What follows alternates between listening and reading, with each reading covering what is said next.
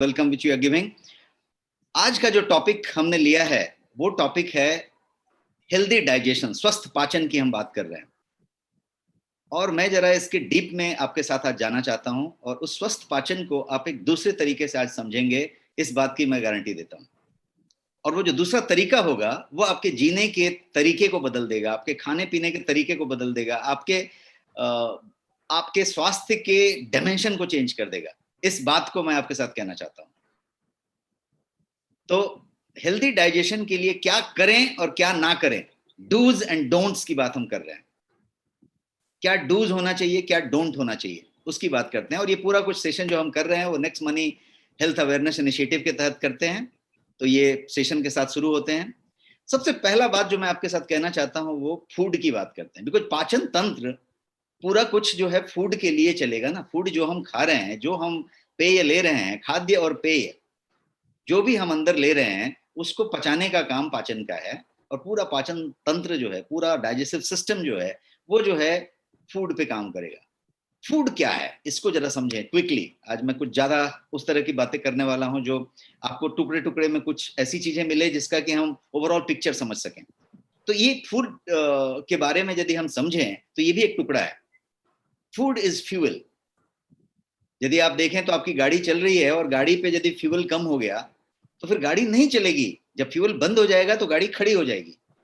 आपका शरीर का ईंधन है कुछ जिसपे वो शरीर चल रही है, जिंदगी चल रही है, सुचारू रूप से चल रही है। तो ये सारा कुछ फ्यूल कर रहा है।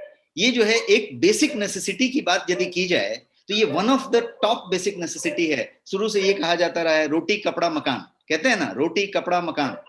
तो रोटी कपड़ा मकान में आप देखेंगे तो रोटी सबसे पहले आता है। मकान कपड़ा रोटी नहीं बोलते, रोटी कपड़ा मकान बोलते, क्योंकि रोटी सबसे पहले आता है। रोटी मतलब फूड। यदि फूड आप लेंगे प्रॉपर्ली तो ही जाके स्वास्थ्य की बात होगी, तो ही जाके डाइजेशन की बात होगी और उसकी बात करेंगे। हम डाइजेशन की तरफ बढ़ेंगे, लेकिन पहले फूड को हम थोड़ा एम्फेसिस दे दें और ये समझें कि फूड क्या क्या करेगा। फूड हमें जिंदा रखेगा, एक तो बात हुई, लेकिन जिंदा रखने के अलावा भी बहुत कुछ करेगा, बहुत कुछ करता है। ये हमें निरोगी रखता है। यदि कोई बीमारी आई तो फूड की वजह से आएगी जो हमने गलत खाया है। यदि कोई बीमारी नहीं आई तो फूड की वजह से नहीं आएगी जो हमने नहीं अंदर आने दिया। ये फूड वही है जो आपके मूड को एडजस्ट करेगा। ये फूड वही है जो आपके हार्मोनल सिस्टम को भी एडजस्ट करेगा। फूड आपकी एनर्जी लेवल को डिसाइड करेगा। आप कितना फुर्तीले हैं, कितना ज्यादा एनर्जी रखते हैं, कितना डल रहते हैं, कितना ज्यादा एक्टिव रहते हैं, ये सारा कुछ फूड डिसाइड करेगा। आपकी कंसंट्रेशन, आपकी मेमोरी, आपका ध्यान, एकाग्रचित्ता, ये सारा कुछ फूड डिसाइड कर सकता है। तो फूड जो है आपकी थिंकिंग कैपेसिटी को भी अफेक्ट करेगा, उसकी कैपेसिटी की बात करेगा। ये फूड आपकी स्लीपिंग हैबिट्स के बारे में डिसीजन देगा और आपको उसके बारे में जो है आपकी बॉडी में चेंजेस ला देगा। ये आपके सेक्स ड्राइव को इन्फ्लुएंस करेगा। और ये जो है ओवरऑल यदि जनरल हेल्थ की बात करें तो ये फूड ही है जो उसकी बात करेगा। अब इस फूड को यदि इतनी बड़ी फूड की यदि बात की जाए तो इस फूड को डाइजेस्ट तो करना पड़ेगा, पचाना पड़ेगा। और इस डाइजेशन को जरा हम समझें तो डाइजेशन काफी विलक्षण शरीर है। इसके अंदर ये मैग्निफिसेंट मशीन है जो ह्यूमन बॉडी है, लेकिन इसके अंदर यदि फूड को पचने की बात की जाए तो कितना विचित्र मशीन है, इसके बारे में आप जरा सोचिए। आप गेहूं पिसने के लिए चक्की में देते हैं तो वहां पे एक पत्थर होती है, उसको ग्राइंड करती है। आपके मिक्सी में कोई चीज मेटल होती है, उसको ग्राइंड करती है। कहीं पे पिसता है, सिलवट बट्टा पे भी कुछ पिसता है, तो there is a grinding happening. आपके शरीर के इस स्टोमक के अंदर कोई ग्राइंडिंग चीज नहीं लगा हुआ है, कोई मेटल नहीं है, कोई पत्थर नहीं है, कोई हड्डी नहीं है, कोई चीज नहीं है। जो है वो सीधा सीधा इंटेस्टाइन है, जो है वो सीधा सीधा अमाशय है, पेट है। और वो एक मसल से बना हुआ है। उसमें कोई हड्डी नहीं है, कोई पत्थर नहीं है, कोई मेटल नहीं है। और वो जो चीज प्रोसेस करके बाहर निकालता है, वो कोई दुनिया की मशीन, कोई दुनिया का चक्की उसको प्रोसेस नहीं कर सकता है। आप इस बात से अग्री हैं? टाइप यस यदि आप इस बात से अग्री हो रहे हैं तो। कोई दुनिया का मशीन इतना बढ़िया प्रॉपर तरीके से प्रोसेस करके नहीं निकाल सकता।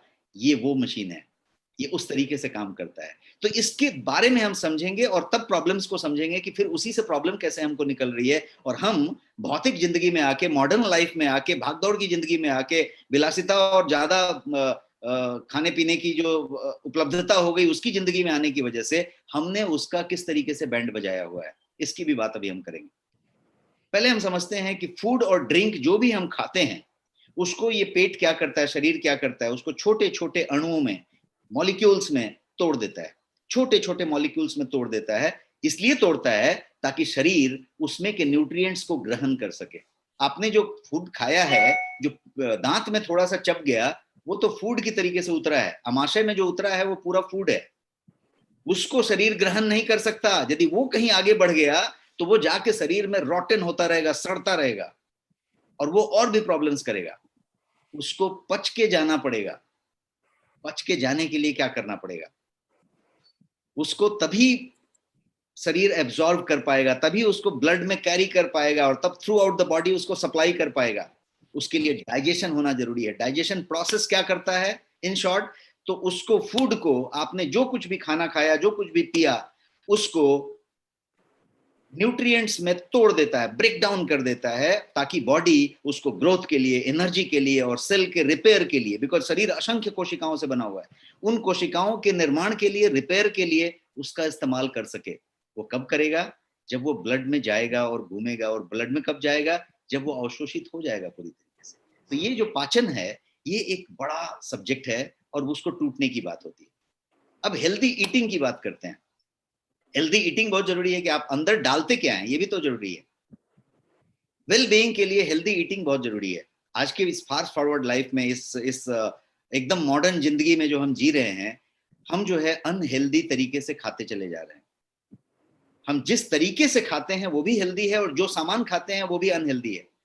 हमारे खाने का तरीका भी अनहेल्दी है, और जो सामान हम खाते हैं वो भी अनहेल्दी है। और खास करके जो क्रेजी बिजी प्रोफेशनल्स हैं, हमारे आपके जैसे भाग दौड़ वाले जो लोग हैं, जिनके लिए वर्क प्राथमिकता है, वो प्राथमिकता है, तो उसमें क्या हो जाता है कि खाने का चॉइस, कौन सा खाना खाना है, और फूड की टाइमिंग, दोनों गड़बड़ हो जाती है। दोनों गड़बड़ होती है, और ये दोनों का असर उस डाइजेशन पे होता है, उस पाचन पे होता है।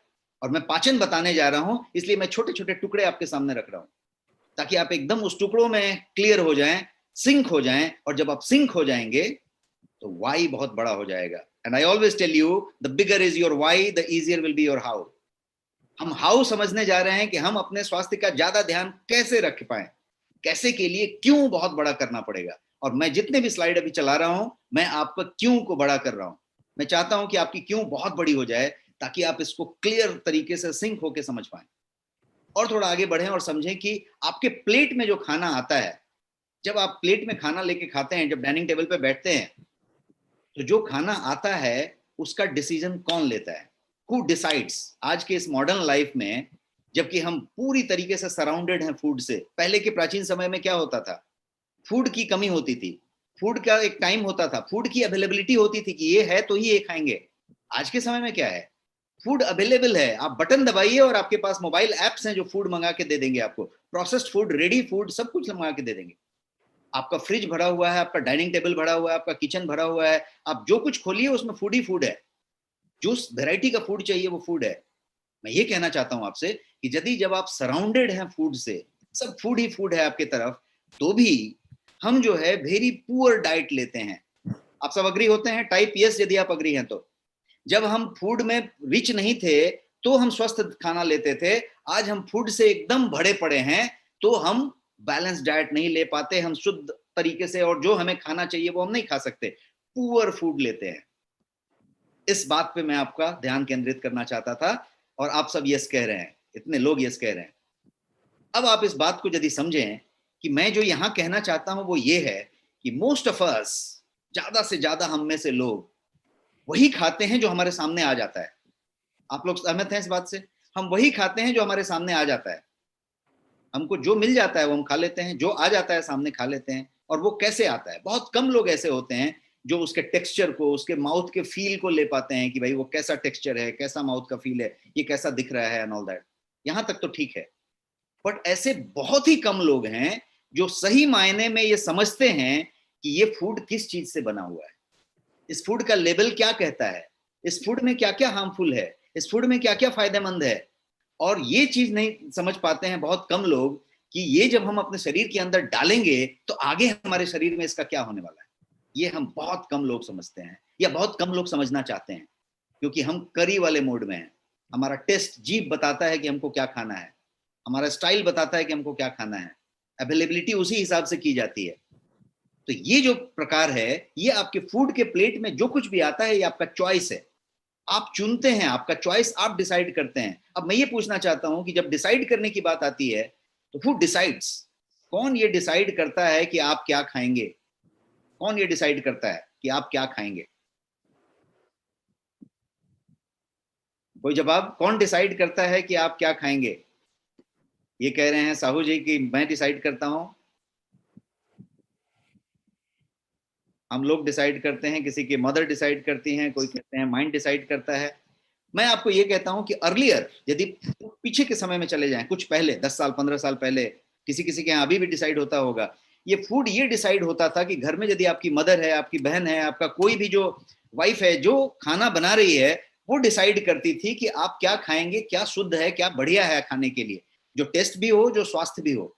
अभी भी ऐसा बहुत घरों में हो रहा है, लेकिन मैं इस बात पे ध्यान लाना चाहता हूं कि ये बात अब थोड़ी पुरानी हो गई कि मदर डिसाइड करेगी या पत्नी या कोई घर में सिस्टर डिसाइड करेगी कि क्या बनेगा और क्या अच्छा होना चाहिए।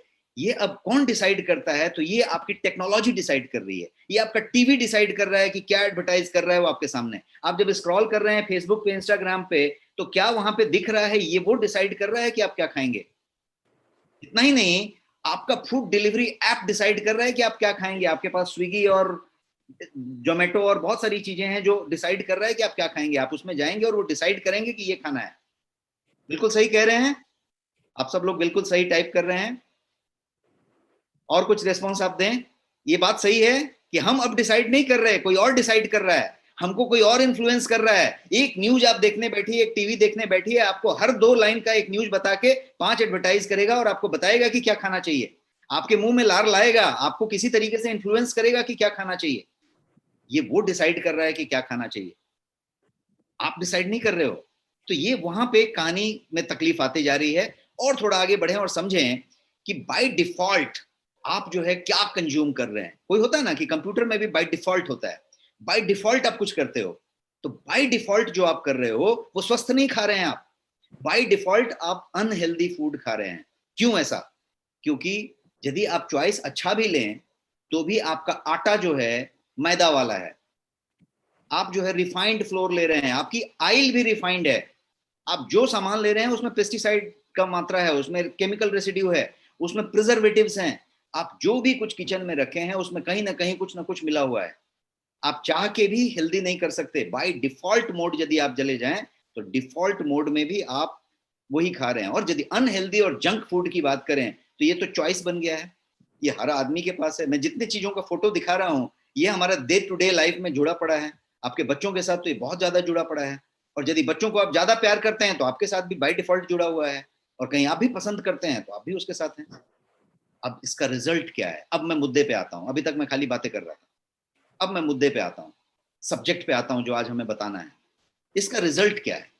इसका रिजल्ट है कि आपका जो है इनडाइजेशन होएगा, आपकी एसिडिटी होएगी, आपकी ब्लोटिंग होएगी, आपके गैस बनेंगे पेट में, आपका कॉन्स्टिपेशन होएगा, आपका ये सारा सारा कुछ कहानी शुरू होएगा।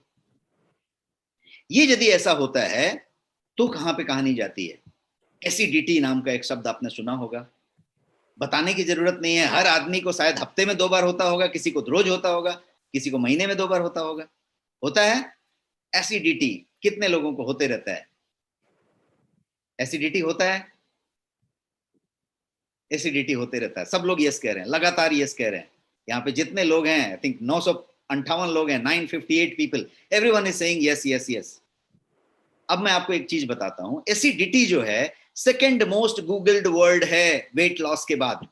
वेट लॉस के बाद एसिडिटी एक ऐसा चीज है जिसको कि गूगल में सबसे ज्यादा ढूंढा जाता है। आप अंदाजा लगाइए कितने लोगों को एसिडिटी होती है। कुछ लोग तो इसलिए खाना नहीं खाते कि एसिडिटी हो जाएगी।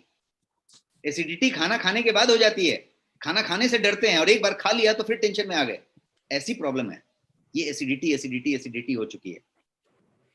अब आप समझें इस एसिडिटी के टॉपिक को।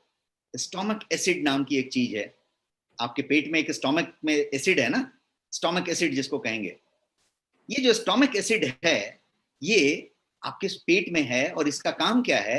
इसी का वो काम है कि बिना हड्डी के, बिना पत्थर के, बिना मेटल के ग्राइंडर के वो खाने को प्रोसेस कर देगा, पचाएगा, वो एसिड से उसको प्रोसेस करेगा। तो ये वो एसिड है। लेकिन बहुत ज्यादा लोग ऐसे हैं, ज्यादा से ज्यादा लोग ये हैं जो ये सोचते हैं कि ज्यादा एसिड पेट में हो गया, इसकी वजह से एसिडिटी हो गई है। फिर वो क्या करते हैं, तो वो ज्यादा एसिड हो गया है उसकी ट्रीटमेंट शुरू कर देते हैं, और इन प्रोसेस वो क्या करते हैं, वो बहुत सारी बीमारियों के लूप में घुस जाते हैं, जाल में घुस जाते हैं, और उसके बाद बीमारी के बाद बीमारी, बीमारी के बाद बीमारी होती चली जाती है, और इलाज के इलाज करते चले जाते हैं, और उस जाल से कभी बाहर नहीं आते। मैं जो बात बोल रहा हूं उसको बड़े ध्यान से समझिए। आगे 5 स्लाइड में मैं इस बात को करूंगा और आप हर लोग उससे कनेक्ट हो जाएंगे, रिलेट हो जाएंगे। आदमी को जब एसिडिटी होती है तो ज्यादा से ज्यादा लोग ये समझ लेते हैं कि हमारे पेट में पेप्टिक एसिड ज्यादा हो गया है और उसकी वजह से हो गया, तो वो एसिड का इलाज करने लग जाते हैं। और ये जो बीमारी के लूप में घुस जाते हैं वो क्या क्या होता है, तो खाली गट और गैस्ट्रिक की प्रॉब्लम नहीं होती, वो स्किन में प्रॉब्लम होती है, हेयर में प्रॉब्लम होती है, ओबेसिटी में प्रॉब्लम हो जाती है, वेट बढ़ने लग जाता है। It can affect anything. आप कभी भी देखिए, किसी को कॉन्स्टिपेशन हो जाए, किसी को पेट में तकलीफ हो जाए, किसी को बर्पिंग हो रही है, कॉन्स्टिपेशन हो गया है, आप देखिएगा उस व्यक्ति का अर्थराइटिस ज्यादा होएगा, उसको पेन यदि हो साइटिका और रूमेटॉइड का तो ज्यादा होएगा, उसको, उस व्यक्ति को उस समय स्किन में बहुत सारे रैशेज आने लगेंगे, चकते होने लगेंगे, कुछ नहीं होगा तो झूठ मूठ का इचिंग शुरू हो जाएगा, स्किन खुजलाने लग जाएगा, ये बहुत सारे प्रॉब्लम शुरू हो जाएंगे। ये सारे प्रॉब्लम वहीं से निकल रहे हैं जहां मैं जा रहा हूं धीरे धीरे। और मैं आपको बताने की कोशिश कर रहा हूं कि ये किस तरीके से ये बीमारियों के जाल में आपको घुसा देता है यदि आप उसको गलत तरीके से ट्रीट कर लेते हैं। और आप गलत तरीके से कैसे ट्रीट कर रहे हैं कि आप समझ रहे हैं कि स्टोमिक एसिड ज्यादा हो गया, and I am going to tell you today something that will open your eyes. आपके पूरे जो है चक्षु खुल जाएंगे और आपको समझ में आएगा कि कितनी बड़ी गलतियां हम कर रहे हैं। क्या आप तैयार हैं? अब मैं सेशन शुरू करने जा रहा हूं। अभी तक मैं आपको सेशन का शीर्षक बता रहा था। क्या आप तैयार हैं? Super, great. तो इतनी गर्मजोशी के साथ आप सब लोग तैयार हैं, और अब जो है हम 1000 क्रॉस कर चुके हैं लोगों के साथ। तो 1000 लोग यहाँ पे हैं, बहुत लोग लाइव होंगे यूट्यूब में। अब जो है यहाँ पे मैं सब्जेक्ट को आगे बढ़ाता हूँ और आपके साथ कुछ चीजें शेयर करने जा रहा हूँ। पहली बात तो ये करें कि आपसे एक सवाल पूछना चाहता हूं कि what do you do when acidity happens.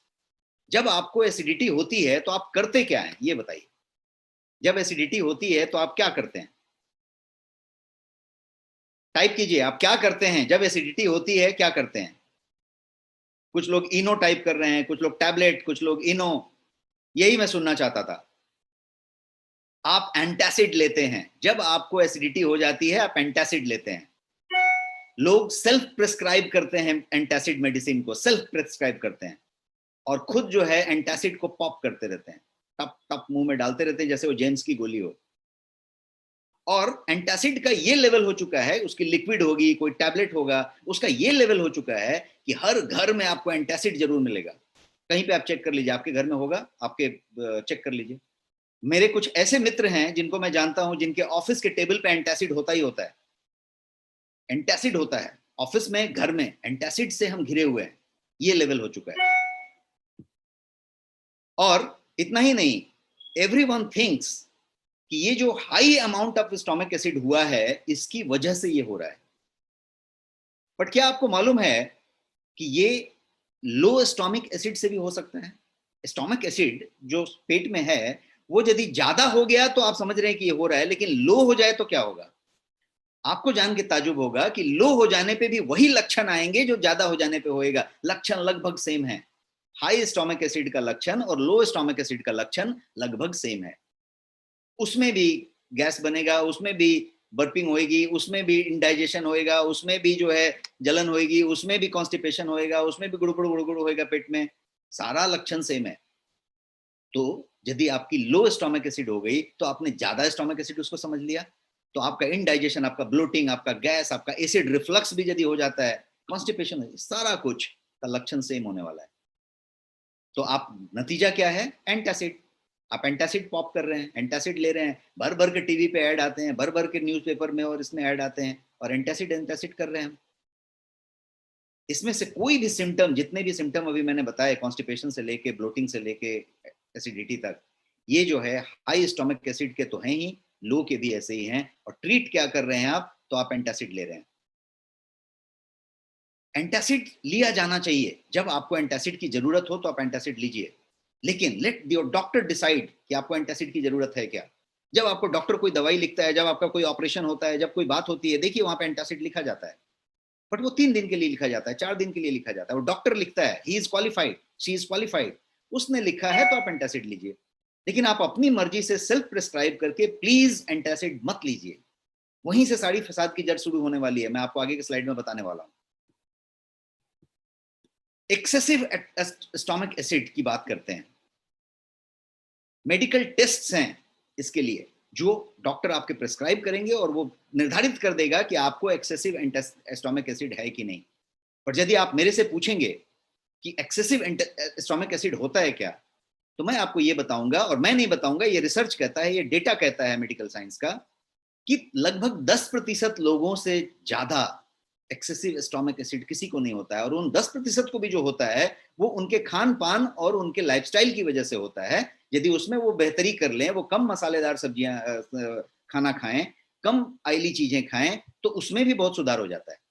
कहने का मतलब ये है कि 90% लोग ऐसे हैं जिनके स्टोमक में एक्सेसिव स्टोमक एसिड नहीं होता और वो एंटासिड लेते रहते हैं।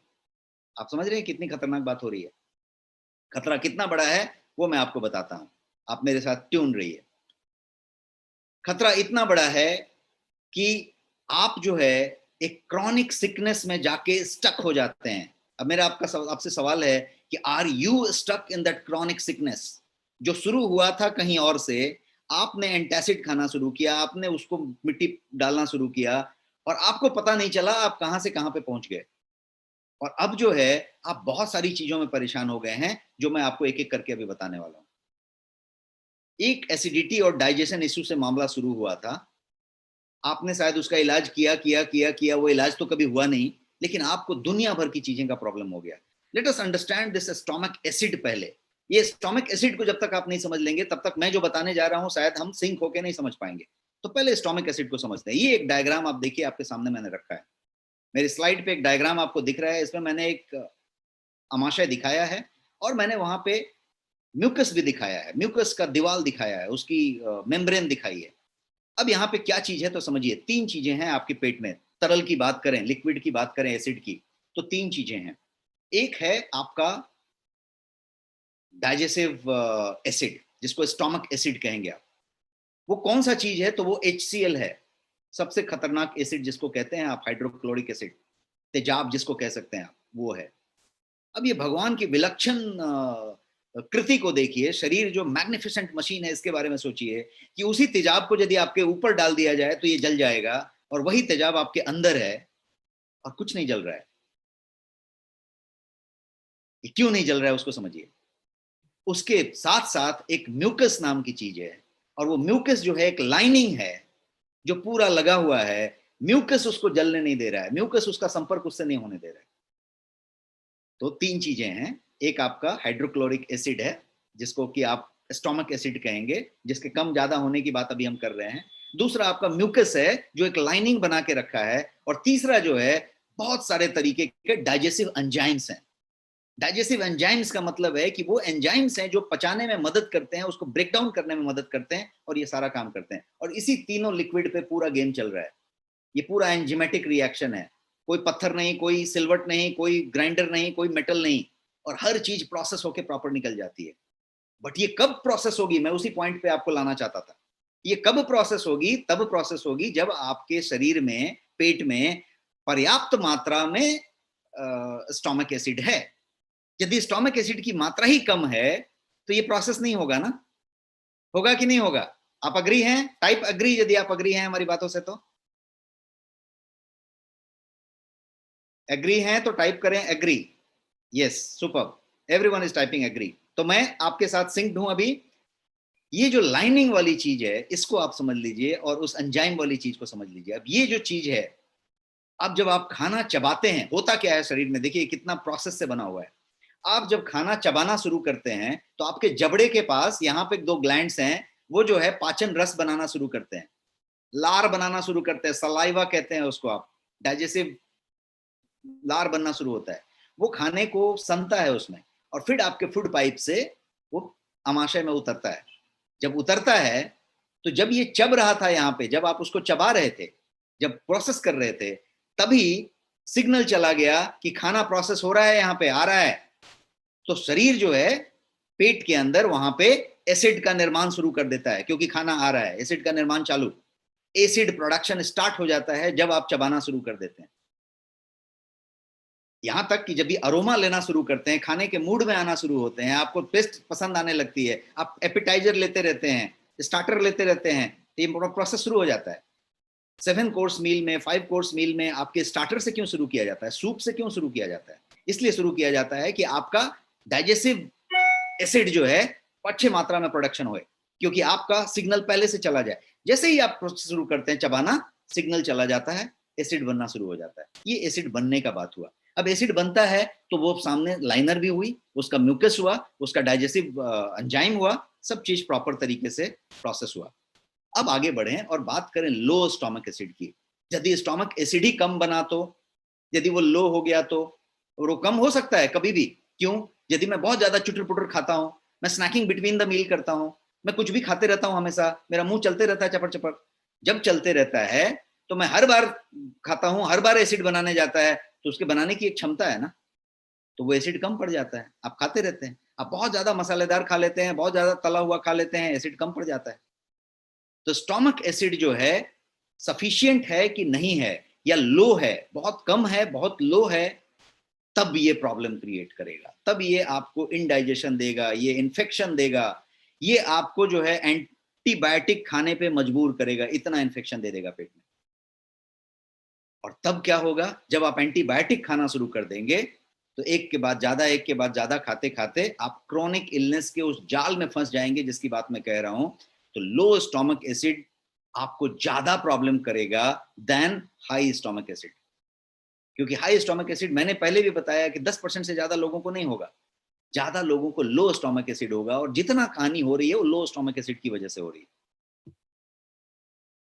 और एंटासिड उसको और बड़ा प्रॉब्लम बनाएगा, और आपको कोई आइडिया नहीं है, यू हैव नो आइडिया कि आप कितना बड़ा खतरा ले रहे हैं, कितना बड़ा प्रॉब्लम में आप अपने शरीर को डाल रहे हैं, और किस तरीके से ये जो एंटासिड हैं या कब्ज निवारण के चूरन मिलते हैं ना बाजार में, बहुत सारे ब्रांड के, भर के टीवी पे ऐड आते हैं, 5 मिनट टीवी देख लें तो एक चूरन का ऐड जरूर आ जाएगा, कोई ना कोई बड़ा आदमी कर रहा होगा।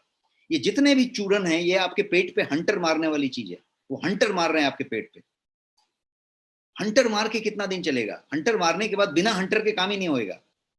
तो ये जो एंटासिड है इसकी बात मैं कर रहा था अभी, चूरन की बात सेकेंडरी करेंगे, फिर से हम एसिड पे आए। स्टोमक एसिड हमारा दुश्मन नहीं है, stomach acid is not your enemy, इस बात को समझ लें, वो हमारा दुश्मन नहीं है। स्टोमक एसिड जो है यदि जरूरत से ज्यादा हो गया, मोर देन लिमिट हो गया, तो परेशान होगा, तो बैड है। लेकिन जैसा हमने कहा 10% ज्यादा लोगों को वो होगा ही नहीं, और वो भी जिस होगा वो किसी रीजन से होगा, खाने पीने की आदतों से होगा। तो वेरी फ्यू पीपल को हाई स्टोमक एसिड होगा। तो स्टोमक एसिड हमारे लिए बुरा नहीं है, और ये जो है बात को समझना है। स्टोमक एसिड बुरा नहीं है तो समझे, लेकिन स्टोमक एसिड क्या करेगा, तो इस बात को समझिए। अब मैं पॉइंट की बात बता रहा हूं आपको स्टोमक एसिड के बारे में, कि आपका जो पूरा का पूरा डाइजेस्टिव सिस्टम है, ये इकलौता एक ऐसा सिस्टम है आपके पूरी ह्यूमन बॉडी में जो स्टेराइल है।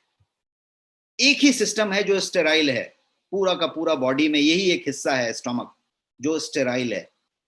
यहां पे बिलियंस ऑफ बैक्टीरिया है, मैं मिलियन की बात नहीं कर रहा, मिलियन मतलब 1 लाख, सॉरी 10 लाख, 1 मिलियन मतलब 10 लाख, मैं बिलियन की बात कर रहा हूं। बिलियंस ऑफ बैक्टीरिया आपके पेट में है, आमाशय में है, उसमें गुड भी है, उसमें बैड भी है, गुड बैक्टीरिया, बैड बैक्टीरिया। आपके मुंह में, आपके नाक में, आपके इंटेस्टाइन में, आपके हर जगह पे बैक्टीरिया हैं, और ये सारे बैक्टीरिया घूम के आपके पेट में पहुंचते हैं, और वहां पे बिलियंस ऑफ बैक्टीरिया हैं, गुड भी हैं, बैड भी हैं। स्टोमक का क्या फंक्शन है? ये जो मैंने आग लगा के जो दिखाया है आपको, ये एसिड वाली, स्टोमक का क्या फंक्शन है? स्टोमक का फंक्शन है कि वो जो है it will kill anything unwanted जो उसके अंदर घुसेगा। अनवांटेड जो भी घुसेगा उसको वो मारेगा। और अनवांटेड कैसे जाएगा? तो ट्रैवल करके पहुंचेगा। हो सकता है कि नाक से आपने सांस लिया और अंदर आ गया, आपने कुछ खींचा अंदर आ गया, मुंह से आ गया, कुछ पिया उसके अंदर आ गया, खाया उसके अंदर आ गया, जो भी आया उसके अंदर भर भर के बैक्टीरियल काउंट्स हैं, बैड बैक्टीरियाज हैं। तो इसका काम है सबसे पहले कि ये जो है सारे के सारे जो भी ट्रैवल करके वहां तक पहुंचे, ब्रीथ से आए या स्वेलो करके आए, चबाने से आए, घोटने से आए, उनको वहां पे वो फिनिश कर देगा, खत्म कर देगा, मार देगा। सो बेसिकली एसिड जो है वो क्या करता है, आपकी मदद करता है और आपके जिंदगी को बचाने के लिए है। तो इसलिए सबसे पहली बात है कि ये वहां होना चाहिए। अब स्टोमक एसिड का दूसरा काम है कि वो प्रोटीन को ब्रेक डाउन करेगा। आप जो भी खा रहे हैं उसमें प्रोटीन है, उसको ब्रेक डाउन करेगा, यूजेबल बिल्डिंग ब्लॉक्स में कन्वर्ट करेगा उसको, उसके विटामिन को, उसके मिनरल्स को ब्रेक डाउन करेगा। अदरवाइज बॉडी उसको एब्जॉर्ब नहीं कर सकता, विटामिन को, मिनरल को, प्रोटीन को, उसको ब्रेक डाउन होना पड़ेगा। विटामिन B12 की बात करें आप, डिफिकल्ट टू ब्रेक डाउन, उसको ब्रेक डाउन होना पड़ेगा। फॉलिक एसिड की बात करें, जिंक की बात करें, कैल्शियम की बात करें, आयरन की बात करें, सबको ब्रेक डाउन करने का काम ये आपका स्टोमक एसिड करता है। जब ये स्टोमक एसिड सबको ब्रेक डाउन कर लेता है न्यूट्रिएंट को, तब जाके ये जो है आपके इंटेस्टाइन की तरफ बढ़ता है और पहला द्वार होता है स्मॉल इंटेस्टाइन का, छोटी आंत का, उस तरफ वो बढ़ता है और तब जाके छोटी आंत में उसका एब्जॉर्प्शन शुरू होता है, उसका अवशोषण शुरू होता है, जो जो उसमें से तत्व लेनी है वो लिया जाता है और फिर उसका शरीर में काम शुरू होता है। स्टोमक एसिड इसीलिए रिक्वायर्ड है आपके जिंदा रहने के लिए, आपके सरवाइव होने के लिए, आपके फूड को डाइजेस्ट करने के लिए और आपके हेल्थ को परफेक्ट रखने के लिए स्टोमक एसिड पर्याप्त मात्रा में, सफिशिएंट मात्रा में जरूरी है। और इसका जरूरी है कि शरीर इसका प्रोडक्शन करे, उतनी मात्रा में करे, ताकि ये जो है मॉलिक्यूल्स को ब्रेक डाउन करे, बॉडी एब्जॉर्ब कराए, बैक्टीरिया को किल करे, इन्फेक्शन और पैरासाइट जितने भी आएंगे उनको मारे और खत्म करे। अब यदि ये कम हो गया तो क्या होगा? जब आप एंटासिड लेते हैं तो एंटासिड क्या करता है, इसके बारे में बात कीजिए। एंटासिड एक्चुअली क्या करता है? आप एंटासिड बार बार लेते हैं, क्यों, क्या करता है ये? हाउ एंटासिड वर्क्स, इसकी बात करें। Answer is it works by stopping the production of your stomach acid. Antacid आपके स्टोमक एसिड के प्रोडक्शन को ही रोक देता है। उस समय यदि आपको सिम्टम वाइज देखा जाए तो तुरंत आराम मिलता है, आपको बहुत अच्छा लगता है, आराम मिलता है, क्योंकि वो रुका दिया। अब यदि एक फर्ज कीजिए कि आपका स्टोमक एसिड पहले से ही कम है, ऑलरेडी कम हुआ था, उसके ये सारे लक्षण थे, आपने एंटासिड ले लिया, सोचिए क्या सिचुएशन हुआ। ऑलरेडी लो था स्टोमक एसिड और आपने एंटासिड ले लिया, it went even lower, it went even lower and you already have low acid. अब आप सोचिए क्या होने वाला है। अब आपके पास सफिशिएंट स्टोमक एसिड नहीं है to break down your protein, your minerals, जो जो जो जो चीज आपने खाया था। तो ये क्या करने वाला है, आपके पेट को बहुत ज्यादा काम करना पड़ेगा। It will have to work very hard, really very hard. और जब ये रियली वेरी हार्ड वर्क करेगा तो जो चीज होएगी उसको क्या कहेंगे? Something called indigestion, inverted comma में उसको कहेंगे इनडाइजेशन। इनडाइजेशन हुआ तो इसका बाई प्रोडक्ट क्या है? इनडाइजेशन का बाई प्रोडक्ट है गैस, ब्लोटिंग, हार्टबर्न। ये सारे सारे इनडाइजेशन के बाई प्रोडक्ट हैं। ये सब आपका शुरू हो जाएगा। हार्ट बर्न सब लोगों ने सुना होगा, आप सबको होता होगा, ओकेजनली किसी को होता होगा, किसी को बार बार होता होगा। हार्ट बर्न इतना पेनफुल है कि एट टाइम्स ये जो है हार्ट अटैक जैसा फीलिंग दे सकता है, उतना पेन दे सकता है, उतना बेचैन कर सकता है। और बहुत सारे लोग का इमरजेंसी में यदि जाके चेक करेंगे आप, तो बहुत सारे केसेस ऐसे आते हैं हार्ट अटैक का प्रिटेक्स्ट पे, उस पूरे लक्षण के साथ, जिसमें डॉक्टर चेक करके बताता है कि ये जो चेस्ट पेन था, सीवियर चेस्ट पेन, ये जो है हार्ट की वजह से नहीं था, ये जो है एसिडिटी की वजह से था, और जो है ये जो है simple just guess heart burn है, ये हार्ट अटैक नहीं है। क्या ऐसा किसी के साथ हुआ है? Anyone with this experience? Type yes. ऐसा यदि किसी के साथ हुआ है या किसी ने ऐसा सुना है कि किसी को ऐसा हुआ? इतने लोग यस टाइप कर रहे हैं। तो ये इस तरह की बात है जिसको मैं बताना चाह रहा था। अब मैं इसमें यह बताना चाहता हूं कि यदि आपका स्टोमक एसिड लो है तो आप जो है खाने को पचा नहीं पाएंगे। अब एक एक खाने पे चर्चा कर लें। यदि कहीं आपने मांसाहारी हैं और आपने मीट खाया है, आपने चिकन खाया है और आपका स्टोमक एसिड लो हो गया है तो आप समझिए कि वो चिकन और मीट पचने वाला नहीं है। वो प्रोसेस नहीं होने वाला है वहां पे, वो ब्रेक डाउन नहीं होने वाला, वो वैसे ही आगे बढ़ने वाला है। आगे पचने का सिस्टम नहीं है, आगे सड़ने का सिस्टम है। वो जाके सड़ेगा और आपको टॉक्सिसिटी देगा।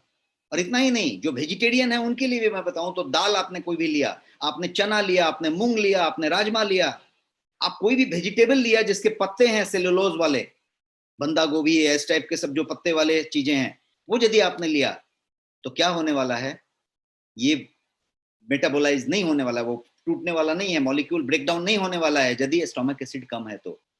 बहुत लोग, मैं ऐसा जानता हूं, मेरे कम से कम बहुत सारे मित्र ऐसे हैं जो एसिडिटी से इतना परेशान रहते थे कि वो जो है पहले खाने के पहले एसिड एंटासिड खा लेते थे।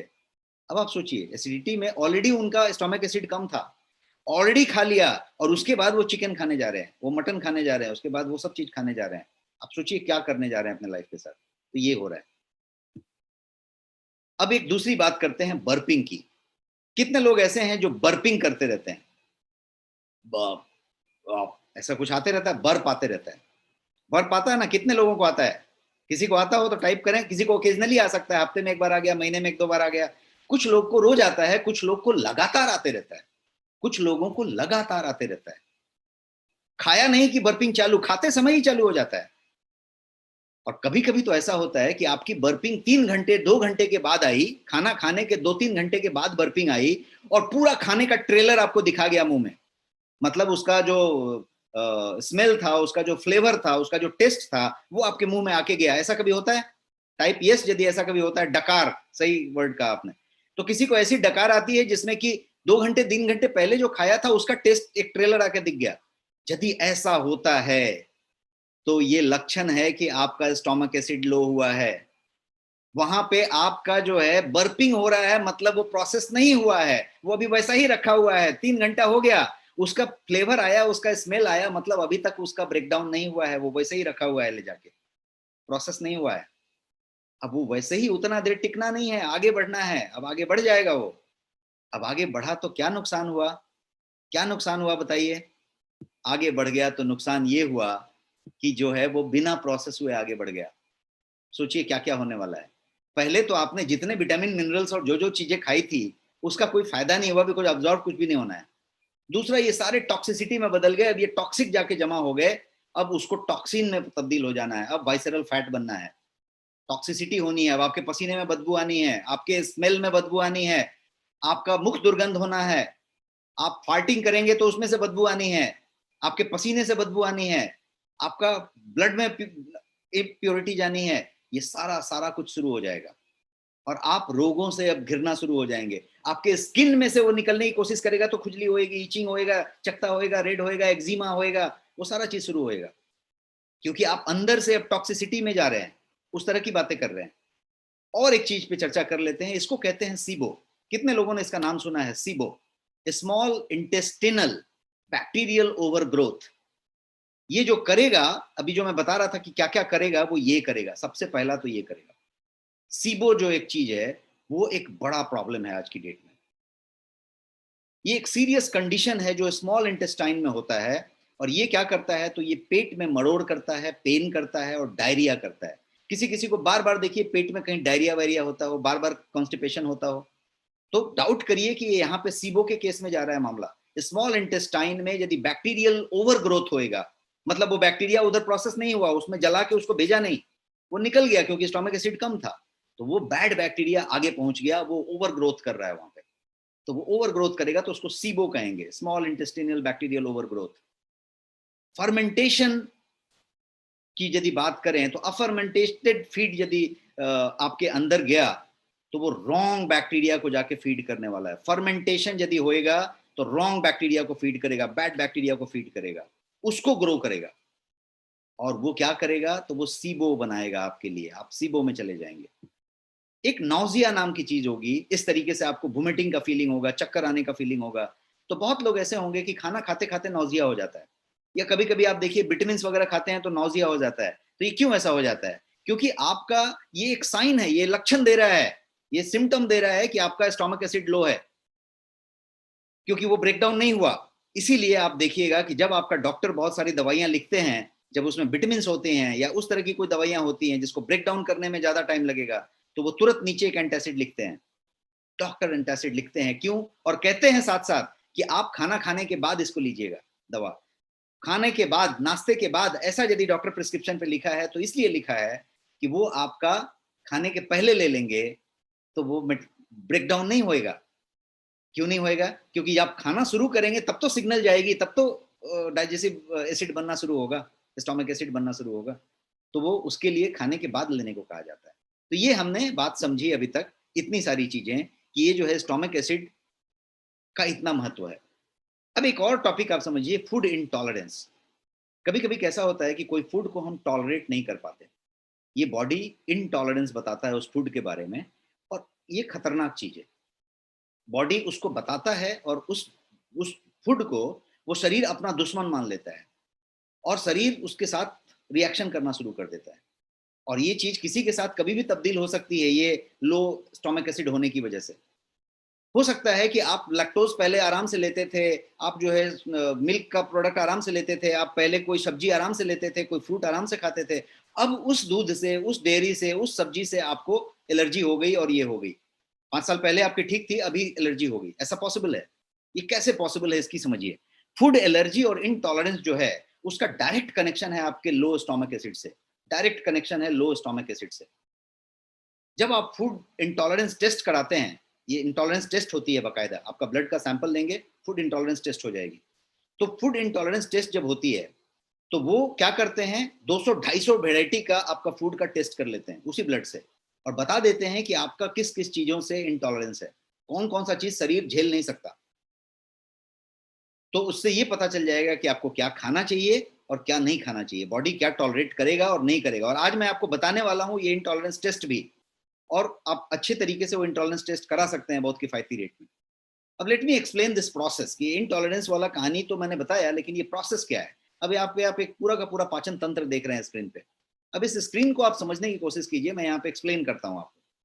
जब आप खाना खाते हैं तो क्या होता है, खाना को जाके एसिड से पचना है, लेकिन मान लो कि स्टोमिक एसिड कम था, तो क्या हुआ, इनडाइजेस्टेड फूड था जो आपके स्मॉल इंटेस्टाइन में, छोटी आंत में पहुंच गया, जो एसिड से प्रोसेस नहीं हुआ था, और वो छोटी आंत में पहुंच गया। अब ये क्या होने वाला है, ये एक नया चीज करने वाला है जिसको कहते हैं LGS, लीकी गट सिंड्रोम।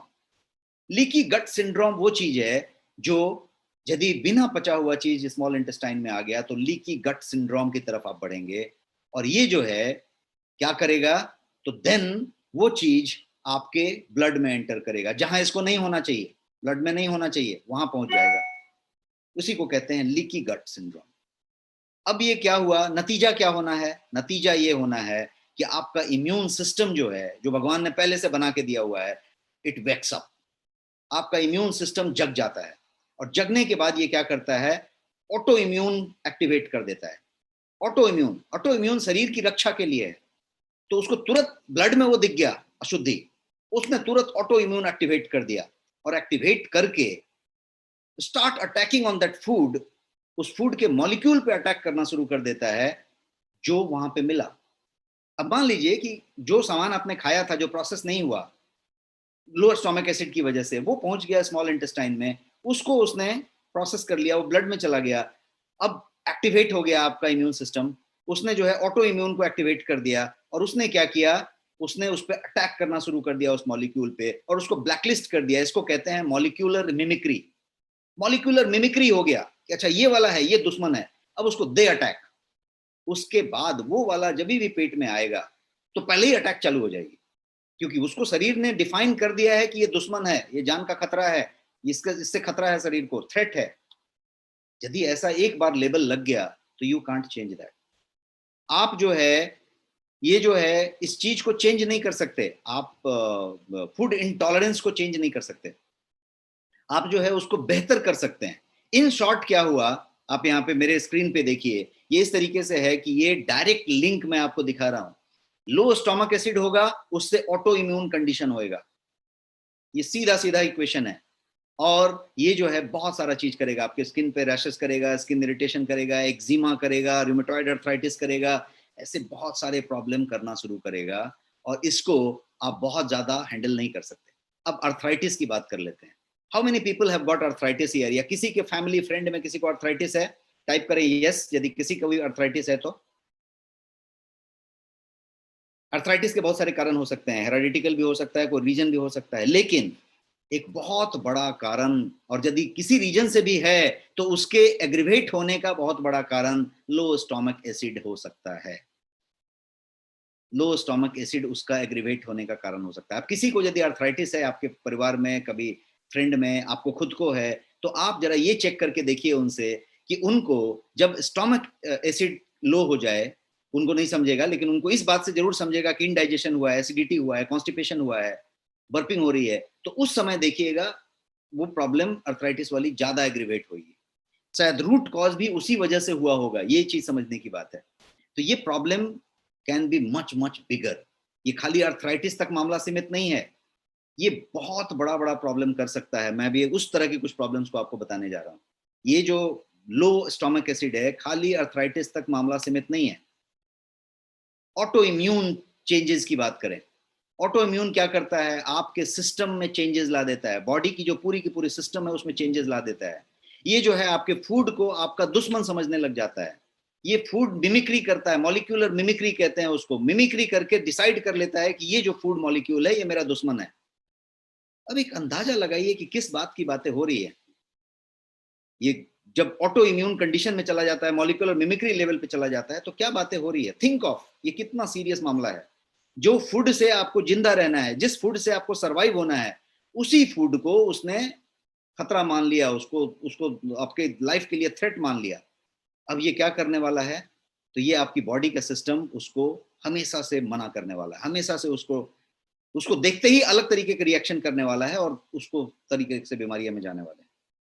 तो I am going to tell you कि क्या क्या करना चाहिए। फिर I am going to tell you कि कैसे ये चीजें हो पाएंगी और आपके लिए किस तरीके से इतना इंपॉर्टेंट है। लेकिन पहले एक दो चीजों को समझ लेते हैं। एक और टर्म आपको मैं बताना चाहता हूँ, साइंस की तरह नहीं जा रहा हूँ आज, मैं थोड़ा लेट हूँ, शायद आपका 10 मिनट और भी ले पाऊँ क्वेश्चन आंसर को आगे बढ़ा के।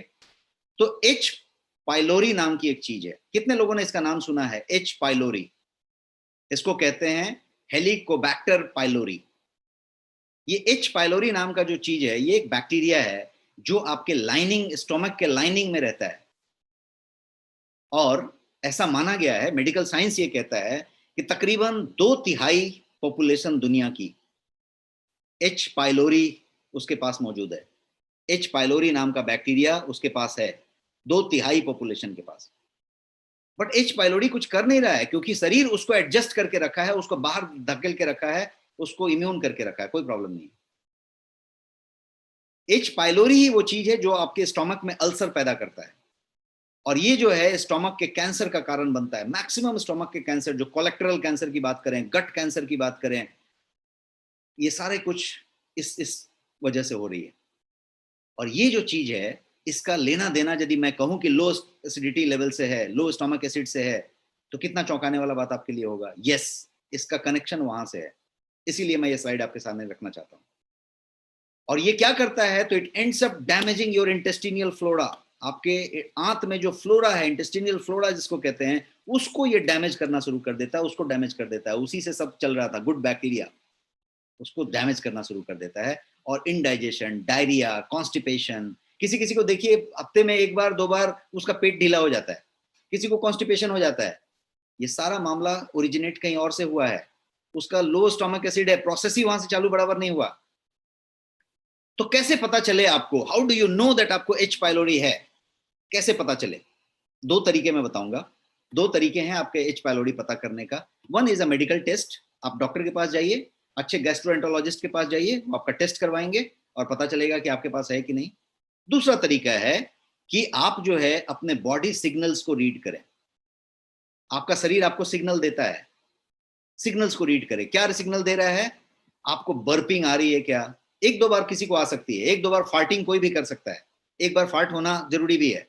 लेकिन यदि आपको ये बर्पिंग आती है खाने के बाद, और खा के बार बार होती है, किसी को दिन भर होती रहती है, तो डाउट करिए, एच पाइलोरी की तरफ आपका कहानी बढ़ रहा है। और मैंने इस एच पाइलोरी की खतरे बता दिए कि सारे आंत के कैंसर और कोलेक्टरल कैंसर और गट के कैंसर सब वहीं से हो रहे हैं।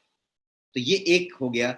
दूसरा ऐसा हो सकता है कि आपके पास कॉन्स्टिपेशन रहता है, आपके पास हेवीनेस रहता है चेस्ट में, ये सब टाइप का चीज रहता है, तो इसका डाउट आप कर सकते हैं और आपको जो है ये कर सकते हैं। अब डू यू नो कि what kills H pylori? H pylori इतना खतरनाक है, हमने डिस्कस किया, लेकिन यदि आपको ये पूछा जाए कि एच पाइलोरी को खत्म कौन करेगा, क्या उसको मार सकता है, ऐसा क्या चीज है, तो आपको जान के ताजुब होगा कि ये जो आपका स्टोमक एसिड है, दैट किल्स एच पाइलोरी। जो कम हो गया इसलिए ये अंदर आ गया, ये तो था पहले से, लेकिन वो सिक्योरिटी गार्ड के बाहर था, उसको अंदर नहीं आने दिया था। आपका कम पड़ा, अंदर आ गया, कम पड़ेगा अंदर आ जाएगा। और यदि ऑलरेडी कम था, आप एंटासिड ले रहे थे, आप कुछ और जुगाड़ कर रहे थे, तो फिर और तकलीफ है। जब ये अंदर चला जाएगा तो क्या होएगा? जो भी तकलीफ होएगा, जो भी आपका इलाज होएगा, जो भी लक्षण के हिसाब से टेस्ट होएगा, डॉक्टर आपको एंटीबायोटिक देंगे। अब जब आप एंटीबायोटिक खाना शुरू कर देंगे तो एंटीबायोटिक क्राइसिस में आप जाएंगे, और आप एंटीबायोटिक के बाद वो जो जाल मैंने बताया बीमारियों का, उसमें घुसते चले जाएंगे, एक के बाद एक के बाद एक प्रॉब्लम शुरू होता चला जाएगा। न्यूट्रिशनल डिफिशियंसी एक कारण बनाएगा ये, यही वाली प्रोसेस, लो स्टोमक एसिड। कैसे न्यूट्रिशनल डिफिशियंसी बनाएगा? ये जो मैं बात बताने जा रहा हूँ ये और ज्यादा खतरनाक है, एच पाइलोरी से भी ज्यादा खतरनाक है। क्यों ऐसा? क्योंकि आपका जो लो स्टोमक एसिड है वो आपको डिफिशियंसी की तरफ ले जा रहा है, विटामिन का डिफिशियंसी, मिनरल्स का डिफिशियंसी, मेनली बी विटामिन का डिफिशियंसी, क्योंकि उसको ब्रेक नहीं हो रही है। तो आपने जितना भी कुछ लिया है वो आपके अंदर प्रोसेस नहीं हुआ, तो प्रोसेस नहीं हुआ तो क्या हुआ, वो जाके विटामिन मिनरल सब डिफिशियंसी हो गई। अब आपके शरीर में बीमारियां होने लगी, आपका बाल झड़ने लगा, आपका प्रॉब्लम होने लग गया, आपका वो होने लग गया। क्यों होने लग गया? क्योंकि आप ले तो रहे थे इनटेक, लेकिन प्रोसेस नहीं हो रहा था। वो जाके आपको हार्मफुल बैक्टीरिया में तब्दील हो गया, वो टॉक्सिक हो गया, कुछ और हो गया। कितनी बार ऐसा होता है कि आपके स्टूल में आपको कोई तत्व मिल जाता है जो आपने खाया था, हल्का सा उसका झलक मिल जाता है, उसका प्रूफ क्या हुआ, वो क्या बताना चाह रहा है, व्हाट डज इट से?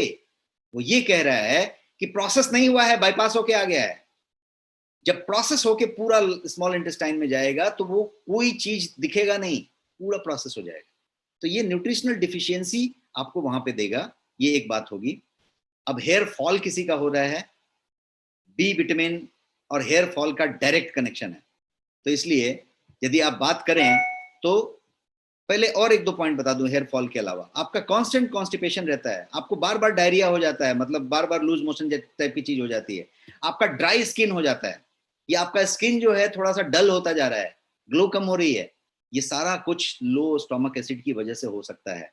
तो ये उस तरह की बातें कर रहा हूं। तो सोल्यूशन क्या है, इलाज क्या है, व्हाट इज द सोल्यूशन, इसकी बात करते हैं। तो स्टोमक एसिड को आप कम नहीं होने दें, उसके लिए क्या सोल्यूशन है, उस पर बात करते हैं। और मैं क्विकली कुछ सॉल्यूशंस आपको देता हूं। सबसे पहला सॉल्यूशन तो है कि स्ट्रेस, जो सबसे बड़ा कारण है आपके स्टोमक एसिड के लो होने का, वो है स्ट्रेस। और आज के समय में हम भर के स्ट्रेस में हैं, हम बिजनेस के स्ट्रेस में हैं, वर्क के स्ट्रेस में हैं, पैसा के स्ट्रेस में हैं, फाइनेंशियल प्रॉब्लम के स्ट्रेस में हैं, रिलेशनशिप के स्ट्रेस में हैं, बहुत सारा स्ट्रेस है। बच्चों का एग्जाम कैंसिल हो गया, बढ़ गया, आ गया, बच्चों का कैरियर, इसका कैरियर, उसका कैरियर, हम बहुत सारे स्ट्रेस में गिरे हुए हैं और हम लगातार स्ट्रेस में ही जी रहे हैं। स्ट्रेस जब होएगा तो आपका स्टोमक एसिड का प्रोडक्शन कम हो जाएगा। बात समझिए, आप बात को समझिए, मैं जो समझाना चाह रहा हूं। इसीलिए पुरातन संस्कृति में चले जाइए, हिंदू हो, मुस्लिम हो, सिख हो, ईसाई हो, यूरोपियन कंट्रीज में चले जाइए, हर जगह पे खाने का तरीका डिफाइन किया हुआ है। कहीं पे बोला कि आचमन कर लो, भोजन मंत्र कर लो, कहीं पे प्रणाम कर लो, कहीं पे ध्यान कर लो, कहीं पे बोला कि बातचीत करके मत खाओ। ये सब क्यों बताया गया? इसलिए बताया गया कि आप जो है उस समय शांत हो जाएं, काम डाउन, शांत हो जाएं। बिकॉज आप काम डाउन होएंगे, शांत होएंगे, तभी स्टोमक प्रोडक्शन, एसिड प्रोडक्शन चालू होएगा, नहीं तो नहीं चालू होएगा, अधूरा प्रोडक्शन होएगा, कम पड़ जाएगा। तो इसीलिए एक टर्म है rest and digest, rest and digest. जब तक रेस्ट नहीं करेंगे तब तक डाइजेस्ट नहीं होएगा, और डाइजेस्ट तभी होएगा जब आप शांत हो जाएंगे। तो यदि आप अपने तरीके से बैठ के शांत होके खाना खाएं, वर्किंग लंच डिनर ना करें, आप जो है खाते समय चबा के खाएं और एकदम प्रोसेस रख के खाएं, यदि ऐसा करें तो आप रेस्ट एंड डाइजेस्ट में हैं और आप जो है उसकी बातें कर रहे हैं। एक चीज मैंने बताई स्ट्रेस वाली बात, तो आप खाते समय स्ट्रेस को कम करें। दूसरी बात करें कि मैं ये थ्योरी बताता हूं कि drink your food and chew your water. In literal sense, drink your food and chew your water. Drink your food का मतलब कि आप जो है खाना को इतना चबा लें कि उसको पी पाए आप, गट करे तो लगे कि पानी अंदर लिया। तो यदि ज्यादा चबाएंगे तो अच्छे से चबेगा तो पूरा एक तो ग्राइंड हो गया, आगे फिर मेटल और दांत मिलना नहीं है। दूसरा, जितना देर चबाएंगे उतना देर स्टोमक एसिड का प्रोडक्शन चालू है। तो ये हुआ। तो ड्रिंक योर फूड, और ड्रिंक योर फूड का एक और मीनिंग है कि आप तरबूजा खाएं, आप ककड़ी खाएं, खीरा खाएं, इस तरह की चीजें ज्यादा से ज्यादा खाएं, वाटरी चीजें जिसमें पानी ज्यादा है। मतलब क्या कर रहे हैं आप? You are drinking your food, खाना चबा नहीं रहे हैं, पी रहे हैं। और च्यू योर वाटर का क्या मतलब हुआ कि कभी भी पानी को लेके ऐसा ढाल के गट गट गट गट नहीं पिए। पानी को एक सिप लें, मुंह में फिराएं उसको, और फिर धीरे से ग्लप करें, फिर फिराएं और ग्लप करें। और एक गिलास से ज्यादा पानी कभी भी ना पिए, आधा गिलास, एक गिलास से ज्यादा पानी ना पिए, सिप करें, 2 मिनट गैप देके फिर सिप पिए। तो इसको क्या किया आपने? Chew your food, chew your water. पानी को आपने चबाया और फूड को आपने पिया। ये मेरा कहना था। तो ये एक तरीका मैंने बताया, इससे स्टोमक एसिड कम नहीं पड़े। तीसरी बात मैंने बताई कि हेल्दी फूड का चॉइस रखें। चॉइस आपको लेना है, चॉइस आप बनाएंगे कि आप क्या खाएंगे। हर आदमी के पास चॉइस है। ज्यादा से ज्यादा क्या होगा कि किसी ने आपको घर में एकदम बकवास खाना बना के दे दिया, एकदम सड़ा हुआ खाना बना के दे दिया, या ऐसा ऑयली दे दिया, या ऐसा सॉल्टी दे दिया कि आपको नहीं खाना चाहिए, तो मत खाइए। ये डस्टबिन नहीं है, डस्टबिन में डालिए उसको। आप नहीं खाएंगे ज्यादा बढ़िया होगा, लेकिन अंदर डाल लेंगे तो ज्यादा प्रॉब्लम होगा। तो हेल्दी फूड चॉइस लें। बट मैं यहाँ पे एक और चीज बताऊंगा कि ओवर ईटिंग या कांस्टेंट ईटिंग से भी आपकी एसिड प्रोडक्शन प्रभावित होगी। लगातार आप खाते जा रहे हैं, बार बार खाते जा रहे हैं। कुछ लोग बिंज ईटिंग करते हैं। आजकल बहुत सारे ऐसे रेस्टोरेंट हैं जिसमें कि अनलिमिटेड फूड दी जाती है, झंडा गिरा दिया जाता है खाना खाने के बाद। ऐसे कितने रेस्टोरेंट में आप लोग जाते हैं? जहर कर रहे हैं आप। यदि ऐसा हो रहा है तो क्या हो रहा है? आपने जो है पूरा का पूरा स्टोमक एसिड का अभाव कर दिया और ऊपर से लोड कर लिया पूरा भर के। तो इस तरीके का पूरा क्या बोलते हैं, अनहेल्दी डाइट हो गया वो। कभी साल में एक बार आपने कर लिया है, शौक से किया है, कोई फैमिली फ्रेंड बच्चे के लिए इंटरेस्ट के लिए किया है, इट्स फाइन, इट्स डन, वो स्टोमक एसिड मैनेज कर लेगा। लेकिन यदि ये आप कभी महीने में 1-2 बार कर लेते हैं, ऐसा करते हैं प्रेजेंट इंडेफिनिट टेंस में, तो गड़बड़ है। अब और एक चीज मैं यहाँ पे बताना चाहूंगा जो मैं अपने दूसरे हेल्थ स्ट्रैटेजी के लेक्चर में बताता हूँ, वो ये कि 5 तरीके का मंत्र लेके चलें तो आपका खाने का टॉपिक क्लियर हो जाता है। वो 5 चीजें क्या है?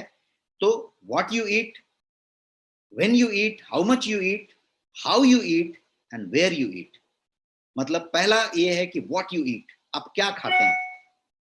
मतलब जंक खाते हैं, अच्छा खाते हैं, कैसा खाते हैं? ज्यादा शक्कर लेते हैं, ज्यादा नमक लेते हैं, ज्यादा शुगरी लेते हैं, ज्यादा जंक लेते हैं, एक वो भी। तो स्वस्थ खाएं, व्हाट यू ईट। दूसरा हुआ हाउ मच यू ईट, कितना खाते हैं आप, आपके थाली में कितना होता है। कुछ लोग पूरा थाली भर के खाते हैं, कुछ लोग 5-10 रोटी खा लेते हैं, कुछ लोग पूरा एक प्लेट चावल खा लेते हैं भर के। आपका पेट जो है, यदि साइंस के हिसाब से आप जाएं तो पेट का जो अमाशय है जिसमें ये पहुंचा, उसकी साइज आपके फिस्ट के बराबर है। मुट्ठी, बंद मुट्ठी कीजिए, जितनी बड़ी आई उतनी बड़ी आपकी अमाशय की साइज है, उतना ही ले सकता है वो। और वो 3x फैल सकता है, मतलब इसका 3 गुना फैल सकता है। आप यदि और डालेंगे तो वो फैलेगा और 3 गुना तक फैलेगा। अब आप अंदाजा लगाइए कि, और आपकी मुट्ठी के साइज से आप अपना मुट्ठी ले लीजिए। यदि कोई महाबली खली होगा तो खली के मुट्ठी के हिसाब से उसका ले लीजिए, कोई छोटा बच्चा होगा तो बच्चे के मुट्ठी के हिसाब से ले लीजिए। लेकिन पेट आपके मुट्ठी के साइज का है, वो 3 गुना एक्सपैंड होएगा। क्लियर है कॉन्सेप्ट? अब आप मुझे बताइए कि यदि उसमें आपने पूरा भर के 15 रोटी डाल दिया, 10 रोटी डाल दिया, उसके बाद भी कुछ खा लिया और टेस्टी कुछ आया वो भी खा लिया, और आपने वो रेस्टोरेंट के स्टाइल में खा लिया जो झंडा गिरा देते हैं, तो किया क्या आपने? एक आप वॉशिंग मशीन में कपड़ा धोते हैं तो कैसा होता है? वॉशिंग मशीन के धोने का प्रोसेस क्या होता है? वो कपड़े को पानी के फ्लो में घुमाता है, ऐसे ऐसे ऐसे ऐसे, और उसको साफ कर देता है। लेकिन वॉशिंग मशीन को यदि आप गर्दन तक पूरा भर दें, टॉप कर दें, टॉप अप कर दें, और उसको मशीन को चला दें, तो कपड़ा साफ होएगा क्या? नहीं होएगा। कपड़ा खाली घुर घुर घुर घुर करेगा। वो 45 मिनट 1 घंटा जो चलता है वो चलेगा, जो भी टाइमर आपने लगाया है, खाली घुर घुर करेगा, लेकिन साफ नहीं होएगा। क्यों? क्योंकि वो तो स्प्लैश ही नहीं किया ना। तो आपका खाना खाया तो सही आपने, लेकिन वो एब्जॉर्ब नहीं हुआ। वही बात हम डिस्कस कर रहे थे, वो जाके टॉक्सिक बन गया, सड़ गया और वहां जाके पहुंच गया। तो इसीलिए मैंने बताया हाउ मच यू ईट, तो हमेशा भूख से थोड़ा कम खाएं और मुट्ठी का ध्यान रखें। ये 3 गुना हो सकता है तो 2 गुना खा लें, उससे ज्यादा ना खाएं। तो ये एक बात होगी। दूसरी चीज हुई कि व्हेन टू ईट, कब खाएं। खाने का टाइमिंग रखें कि कब खाएं। सुबह उठने के 60 मिनट के अंदर, 120 मिनट के अंदर कुछ खा लें और सोने के 2 घंटे पहले खाना खत्म कर लें। ये टाइप का कुछ चीज हुआ। और हर दिन के खाने का टाइम मेंटेन रखें। इस पे लंबी चर्चा हो सकती है, हम एक दूसरा सेशन इसके लिए करेंगे। हाउ टू ईट, कैसे खाएं, खड़ा होके खाएं, चलते चलते खाएं, बात करते करते खाएं, कैसे खाएं, पानी पी पी के खाएं, पानी पी ले पहले तब खाएं, ये सारा गलत हो सकता है।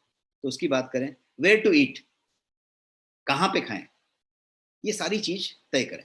उसके अलावा पानी पीने की बात है। खाने खाते आपने पानी पी लिया, खाने के दरमियान पानी पी लिया, या खाना खा के तुरंत एक छाछ मंगा के पी लिया, या बहुत सारा वाटरी चीज ले लिया, आपने क्या किया, आपने स्टोमक एसिड को डाइल्यूट कर दिया।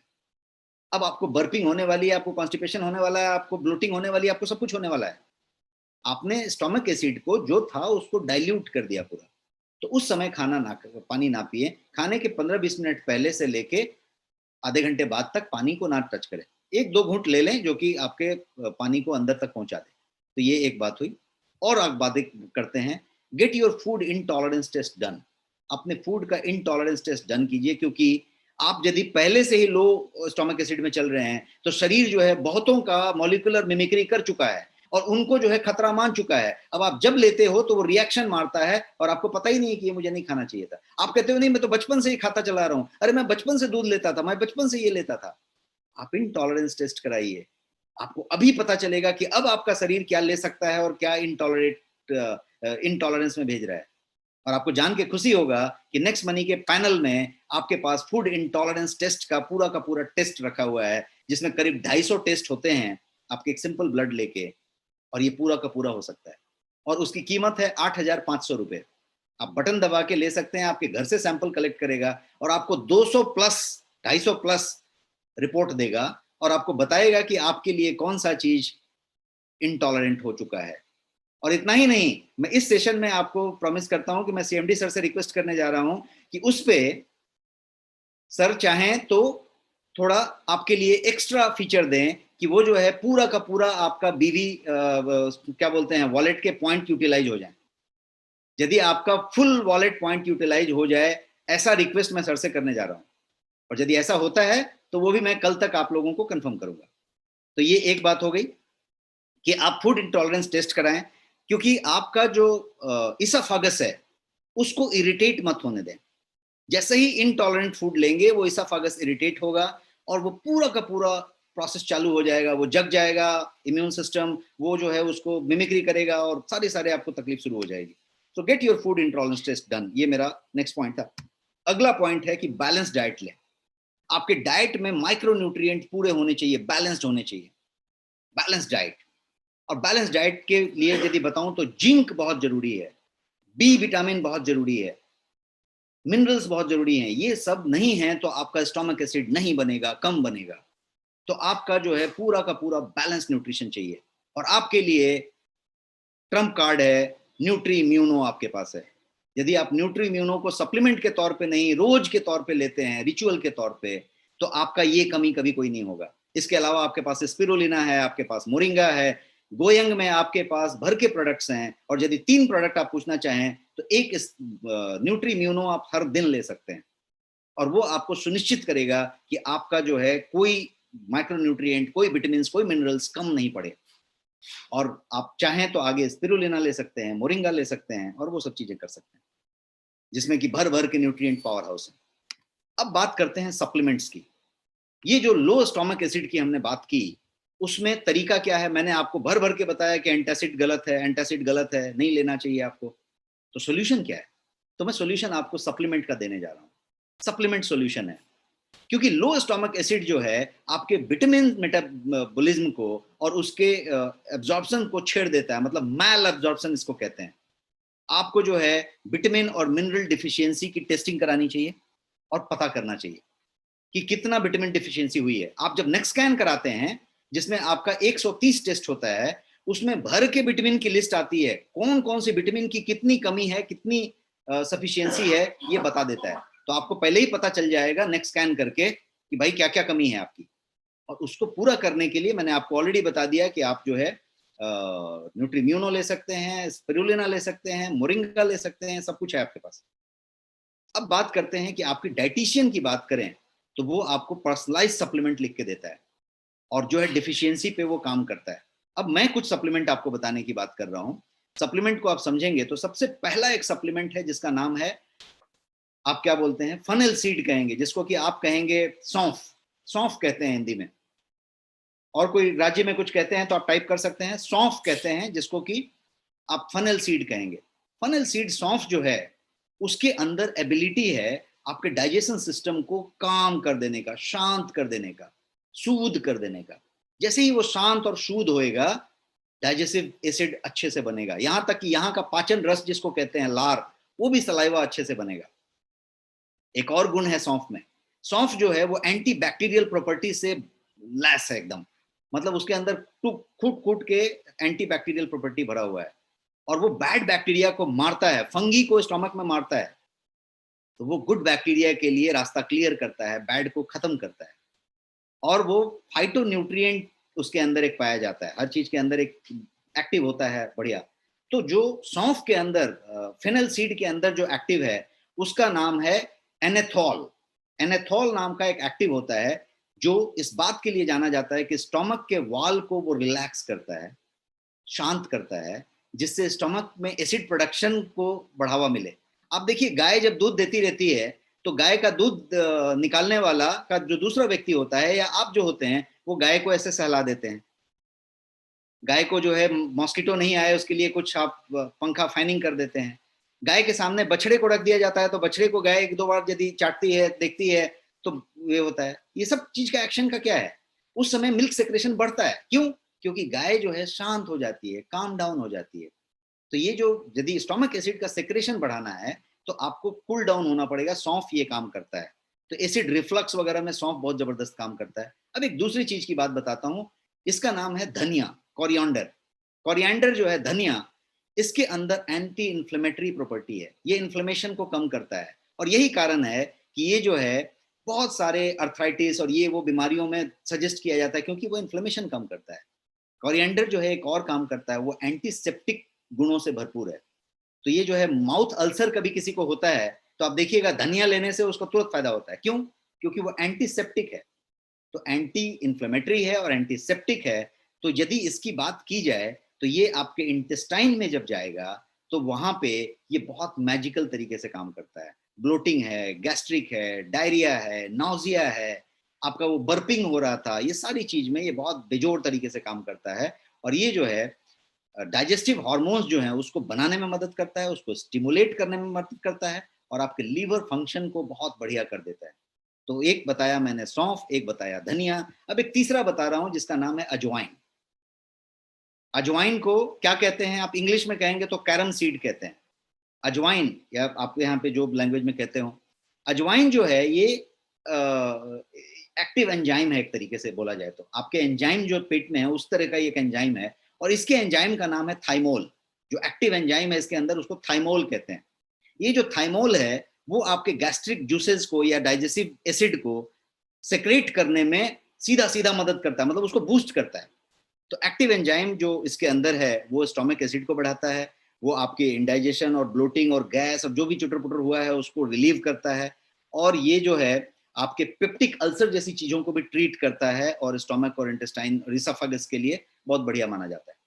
अब आप एक बात बताइए कि ओमा इन तेलुगु वो बता रहे हैं लोग, तो अब एक बात बताइए कि यदि ये सारे जो सप्लीमेंट्स मैंने आपको बताए ये यदि आपको इस तरीके से दिया जाए कि आपने एक कटोरी या 5 चम्मच सौंफ लिया हुआ है, 5 चम्मच धनिया लिया हुआ है, 5 सौंफ जो है क्या बोलते हैं आपने ये अजवाइन लिया हुआ है और ये सब को बोला कि अभी इतना खा जाओ, के बजाय यदि कुछ ऐसा चीज दिया जाए 2-4 बूंद में और कहा जाए कि ये 3 कटोरी के बराबर है तो कितना बेहतरीन होगा। टाइप यस यदि आपको लगता है कि ये काफी मजेदार होगा। यदि मैं 1-2 कटोरी का ये तीनों सामान यदि आपको 2-4 ड्रॉप में प्रेजेंट करूं तो कैसा होगा। तो ये ऐसा कुछ मैं आपको बताने जा रहा हूं जो आपके पास एक बहुत बेहतरीन प्रोडक्ट है, और इसका नाम है डाइजेस्ट। डाइजेस्ट एक 30 ml का, सिर्फ 30 मिलीलीटर का एक ड्रॉप है। इसको आप पानी पीते समय पानी में टपका सकते हैं, अपने जग में 10 बूंद टपका के छोड़ सकते हैं। आपके वाटर फिल्टर का जो जमा हुआ पानी है उसी में सीधा 20 बूंद डाल दिया तो पूरी फैमिली के लिए हो गया। आप अपने पानी के बोतल में डाल सकते हैं और इसका इस्तेमाल कर सकते हैं। सौंफ, धनिया, जीरा, सॉरी अजवाइन, सौंफ, धनिया, अजवाइन का क्या है, अर्क है, उसका एसेंशियल ऑयल का एक्सट्रैक्ट है, जिसका कि एक बूंद आपके उस चम्मचों के बराबर है, भर भर के आपने फक्का मार मार के खा लिया उसके बराबर है। और इजी, कन्वीनियंट, एकदम आराम से ले सकते हैं, चलते चलते ले सकते हैं, हर दिन ले सकते हैं। एंटासिड से बहुत बढ़िया है, एंटासिड जैसा कोई नुकसान नहीं है। और मैंने इनका फार्माकोलॉजी आपको बताया थोड़ी देर पहले, और बताया कि कौन कैसे काम करता है।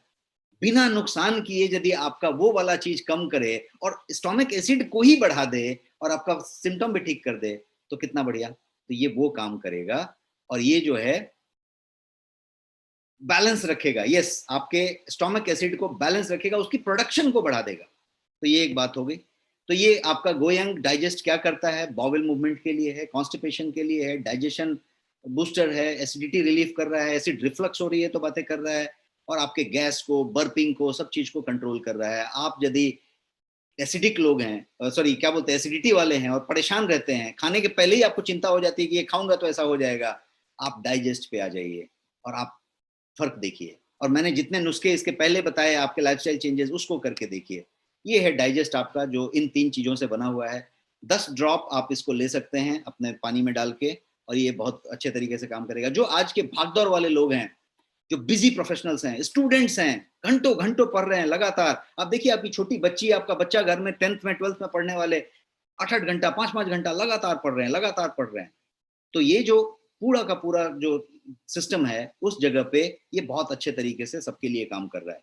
फाइनली आपका जो स्टमक है, जिसको हम इतने देर से स्टडी कर रहे थे और कह रहे थे कि अमाशय के बाद वो जो छोटी आंत में जाता है, वहां पे ये बहुत बढ़िया काम करता है। अब इसके प्राइस की बात कर लेते हैं।